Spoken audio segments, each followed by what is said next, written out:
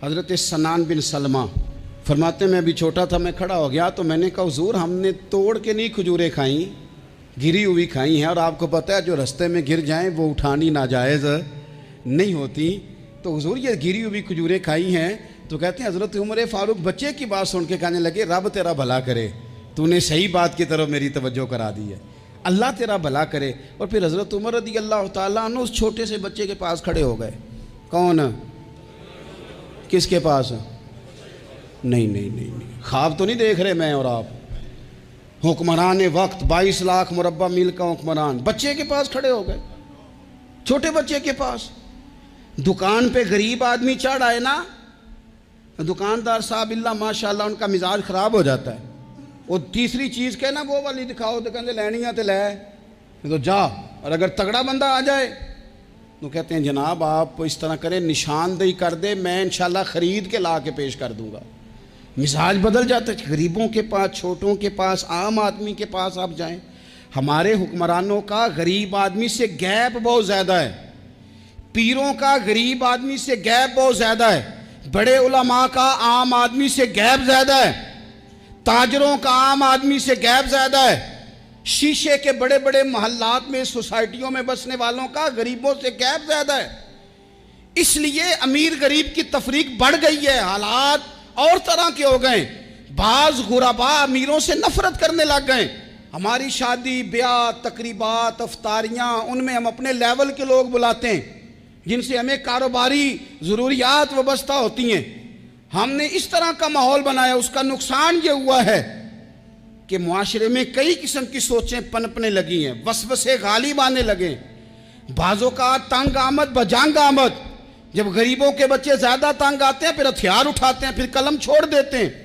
सोचने की ज़रूरत है मुल्क में कि बुराई जन्म लेती कहाँ से है। यहाँ तक उतर के हज़रत उमर फ़ारूक इन लोगों से प्यार करते। अब वो बच्चे ने बात सुना दी हज़रत सनान बिन सलमा ने, तो जनाब उमर फ़ारूक से बच्चे ने फटाफट एक और फरमाइश भी कर दी।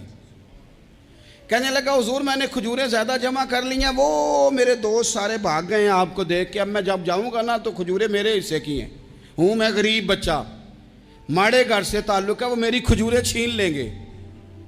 हज़रत उमर के साथ सिपाही भी थे, सारा कुछ भी था। हज़रत उमर ने बच्चे का बाजू पकड़ा, फरमाया चल मैं तुझे तेरे घर छोड़ के आता हूँ। हज़रत उमर उस गरीब के दरवाजे पे दस्तक दे के कहा तेरा पुत्र था, पकड़ के इसलिए लाया हूं कोई अमीर ज़ादा इस गरीब के बच्चे को तंग ना कर सके, अल्लाह कोई एक भेजना। हज़रत फ़ारूक आज़म का मानने वाला जो गरीब के बच्चे का बाजू थामे और उसे कहे कि कोई अमीर ज़्यादा इस पर जुल्म नहीं करेगा, कोई इसे थप्पड़ नहीं मारेगा, कोई इसके हिस्से के नंबर नहीं लेगा, कोई इसकी जगह रिश्वत दे के नौकरी पे नहीं बैठ जाएगा, कोई इसकी जगह पैसे दे के आगे नहीं बढ़ जाएगा। कोई आए ना जो अश्क शोई करे, जो आंसू पूछे लोगों के। लेकिन यहाँ तो मंजिल उन्हें मिली है जो शरीके सफ़र न थे। मेरे अजीज़ों, इस नहज पर दीन ने हमें असबाक पढ़ाए, इस नहज पर। हज़रत उमर छोटी चीज़ों का, मस्जिद नबवी शरीफ में आपने देखा दो लोग ऊंची आवाज़ में बात कर रहे हैं, तो हज़रत उमर ने फरमाया इन्हें बुला के लाओ। बुला के लाया, फरमाया तुम्हें पता नहीं ये हुजूर की मस्जिद है।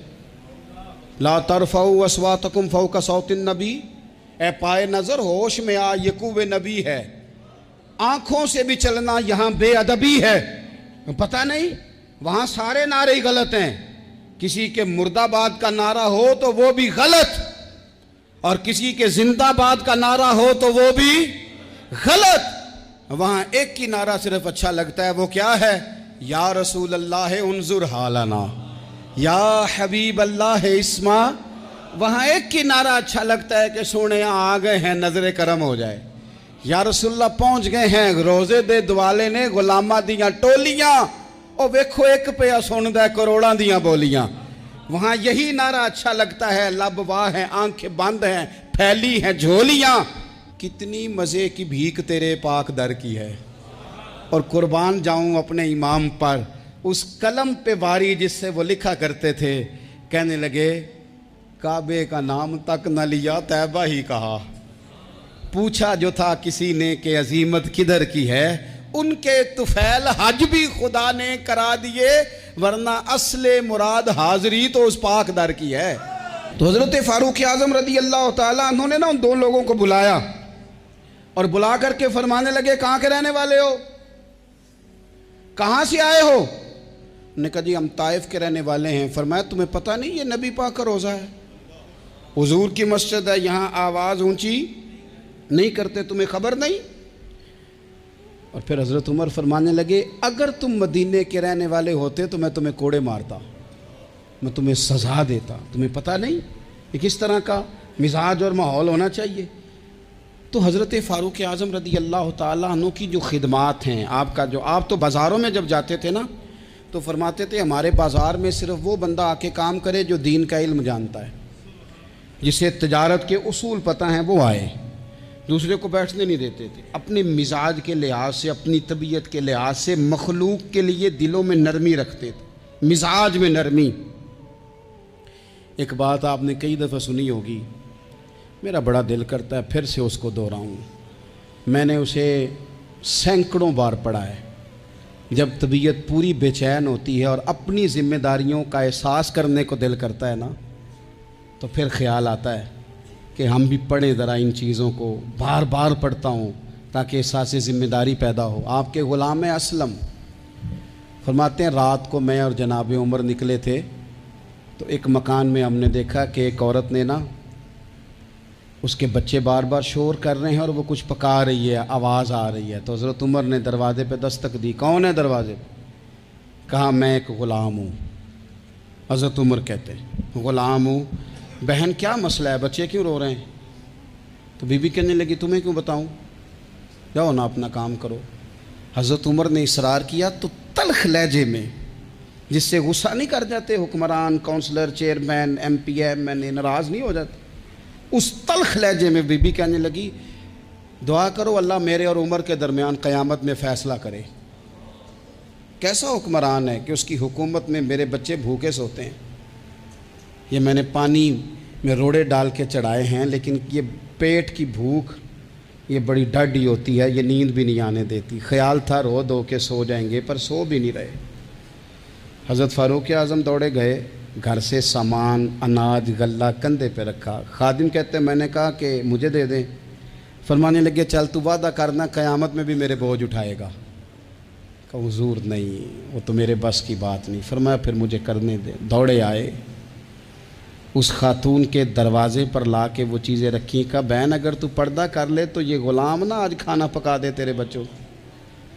फिर वो घी चढ़ा के, चीनी डाल के, कुछ सामान पकता था वो खाना पकाया। ग़ुलाम कहते हैं जब फूंके मारते थे तो दाढ़ी से धुआं निकलता था, आग जलाते थे धुआं निकलता। फिर खाना पकाया, फिर उन बच्चों को खिलाया। फिर हज़रत उमर फ़ारूक रज़ी अल्लाह ताला अन्हु ना थोड़े पीछे बैठ गए तो बच्चों के साथ इस तरह की बातें करने लगे कि वो हंस पड़े। जनाब असलम कहते हैं बच्चे उस बेवा के हंसते थे, बच्चे हंसते थे और उमर रोते थे। जब वो हंसते थे तो फ़ारूक रोते थे।